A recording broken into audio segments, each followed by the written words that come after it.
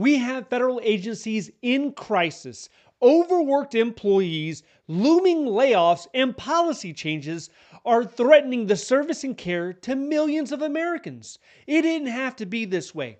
Why is it happening, and why should you care? Let's get into it. Let's start with the VA. This is a federal agency that provides health care and benefits to millions of veterans. It is supposed to take care of the veterans. Right now, it can't even take care of itself. According to a recent rally in Washington, D.C., VA employees are sounding the alarm about short staffing and potential cuts that could gut the system. Let's break it down. So the VA currently, they employ about 500,000 people. It's around 400,000, a little bit over 400,000, from nurses to housekeepers. But the VA secretary recently came out and said they want a 15% cut. They want to cut at least 80,000 people from that agency. And this is when we have medical centers that are already being stretched too thin. And what happens when you push veterans out of VA hospitals, out of medical centers, and into public hospitals? A director with National Nurses United at a medical center said, if you take millions of veterans out of the VA system and force them to receive care in public hospitals, they're going to see a lot longer wait times. The system would be overwhelmed. Look at California, Los Angeles. They already struggle with longer wait times, regardless of what hospital you go to. So this is making a bad situation even worse. So why are VA hospitals, medical centers, why are they being overwhelmed? Mainly because more veterans are eligible for care under the PAC Act, staff shortages like doctors, nurses, and mental health professionals, and underfunded infrastructure. Now, there are some people that are quick to point out the veteran community is decreasing year by year. We have less veterans today than we had 10 years ago, and it continues to get smaller. If you look back in 2020, we had about 19 million veterans. And then 3 years after that, in 2023, we had 18 million. So 1 million veterans disappeared. They passed away. They're no longer with us. But contrary to those numbers, the percent that veterans use for healthcare, that has increased. So 25% of veterans actually used healthcare in 1990. But today, that number is over 50%. A VA union president in Wisconsin says the VA is just not hiring enough support staff, so it's the nurses who are stuck doing things like taking out the trash. And we've seen things like this happen in the past. If you look over at the National Park Service recently, I would say probably less than a month ago, they had their secretaries out in the parking lot. They were out there cleaning the outhouses. They were scrubbing feces off the wall. That wasn't part of their duty description. That wasn't in their position description at all. But what happens if you belong to an organization or if you're a leader, manager of an office, you have tasks to complete. You have to complete the mission. And that might mean you as a supervisor puts on the gloves and makes it happen, but more often than not, what really ends up happening is it gets delegated. You delegate it to an employee. And they don't really want to be doing that. That's not why they applied for the job. A person who applied for an administrative assistant job never envisioned picking up needles in a parking lot. They just didn't. And what ends up occurring is you have a dramatic decrease in morale, and then you're looking around wondering why the attrition rate is so high, why people keep churning out of your organization. That's one of the reasons why. And while the frontline healthcare workers, those positions are largely exempt from the current federal hiring freeze, the support roles, like the schedulers or the food service workers, they're still being impacted. So when you have crucial roles that keep the operations flowing, when that is disrupted, the whole thing slows down. Barbara, an RN at the VA right now, she's saying that a lot of the nurses over there, they're drowning in administrative tasks because of these staff shortages. She said, we do very well at making the VA look good, but it's beginning to get to where that's no longer possible. Then you really need to take a look at the return to office mandate, where we witnessed agencies all across the government force their employees to come back into the federal building full time, 5 days a week. And the issue with that is you had people at the VA who worked at the clinical call center. Their job was to schedule telehealth appointments. Their job was to answer health-related questions.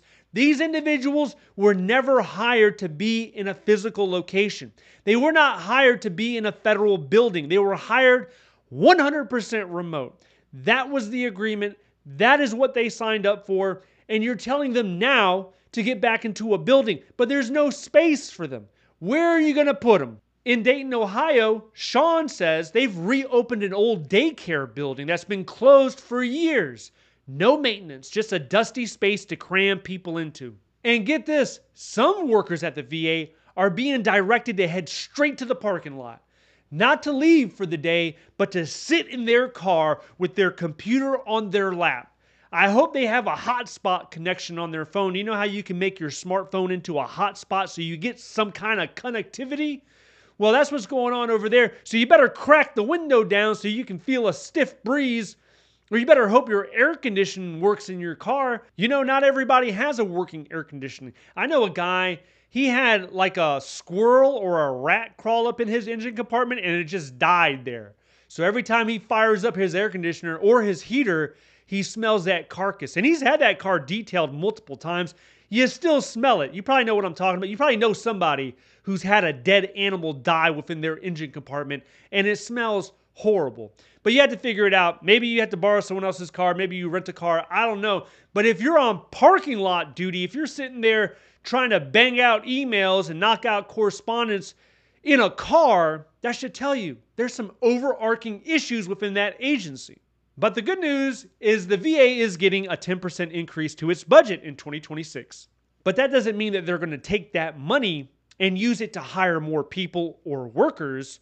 On the contrary, we've been told that people, that's not the solution. You can't fix the solution with more people, so where is this money headed to? Well, probably going to PAC Act benefit payments, community care outside of the VA, the rising cost of healthcare and claims, and then infrastructure and modernization. Okay, now let's take a look at NIH, the National Institute of Health. This agency is the world's largest funder of medical research. Think about vaccines. Think about advanced medical treatments. Now, they partner with the private sector for a lot of this, but they are the leader. And just like the VA, they're in crisis as well.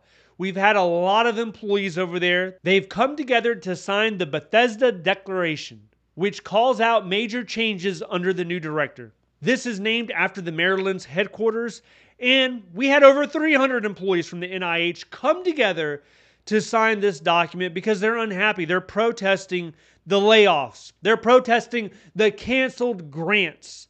And there's a lot of NIH leaders of the past, people that used to work in the agency, they're joining them as well. The main issues are cancellation of 2,000 grants, firing of essential staff, a threatened 40% reduction, and a pervasive punitive culture of fear. Talking about layoffs, on Valentine's Day, February 14th, NIH, they laid off a lot of employees, to include Anna. She was a program specialist. She said that she was terrified from day one when the Trump administration asked for a list of probationary employees. She isn't alone. As soon as OPM requested that probationary list, a lot of people were panicking, and there was a perception that most of the probationary employees would be gone. And there's, at any given time, there's about 200,000 probationary workers within the federal workforce. Now, what ended up happening as of right now, so we're looking at the first 5 months of the Trump administration, what ended up happening is they fired about 25,000 of them. So they fired a little bit over 10% of the entire probationary population.